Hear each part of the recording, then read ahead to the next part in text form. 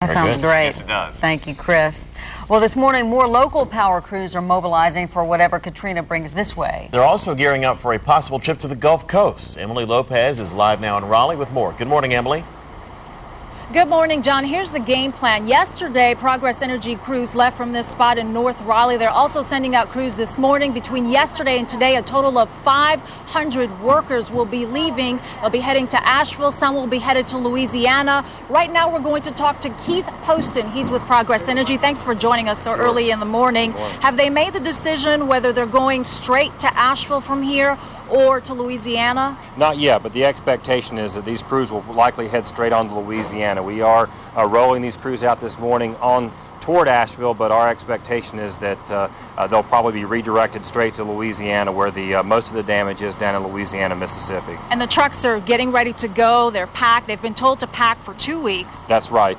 They've been told to pack for 2 weeks, although from what we're hearing already from the damage reports, and we'll get a much better estimate this morning after the sun comes up and the aerial reconnaissance can be done, that it may be a lot longer than that. And obviously lots of restoration once they get there, because it looks like this Hurricane Katrina totally devastated Louisiana, Mississippi, Alabama. What kinds of things will they be doing once they get there? Well, what we're sending are really what the utilities will need down there, not just linemen, but also tree crews, damage assessors, really everything that's needed. We went through this last year in Florida with 4 hurricanes, and so I think what the people in Mississippi and Louisiana are going to be dealing with is not just power restoration, but really reconstruction, really rebuilding the entire electrical infrastructure. So it's going to be, not just a matter of days, but weeks. And so, we're going to be rebuilding the system, really, clearing out trees, putting up power poles, stringing the lines, and then re-energizing the power. So it's going to take a while, but these guys know how to do it. Thank you so much, Keith. I really appreciate it. They're also getting back from Florida, some of those crews, because they just sent people down from Florida. So they have a long, long road ahead of them. We'll have all the latest details. Stay tuned here to Eyewitness News. We are live in Raleigh. Emily Lopez, Channel 11 Eyewitness News. Thanks, Emily. Red Cross volunteers. All the details coming up in just a little bit. All right. Thank you, Thanks, Chris. Well, power crews from the Triangle are expected to leave at any moment now for western North Carolina. They plan to work overtime in areas like Asheville in case the remnants of Katrina cause flooding and power outages there. Emily Lopez is live at Progress Energy's Operations Center in North Raleigh with more on this. Good morning, Emily.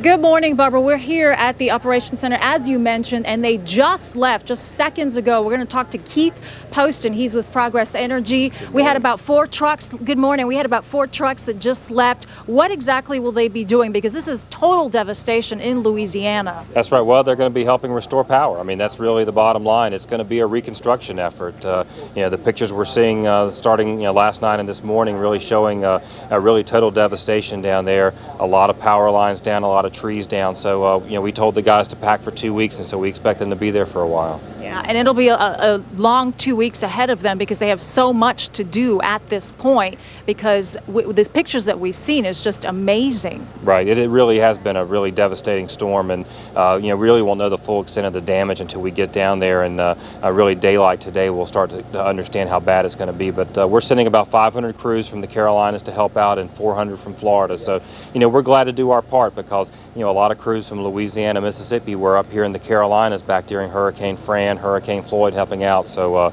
we're glad to lend a helping hand this time. Thank you, Keith. I appreciate it. I know it's really early in the morning. Anyway, they just left just seconds ago. Some left yesterday, some left right now, a couple of seconds ago, I should say. Some of them just came back from Florida from the hurricane last week in Miami. So they have a long, long road of recovery ahead of them. We are live in Raleigh. Emily Lopez, Channel 11 Eyewitness News. Thanks, Emily.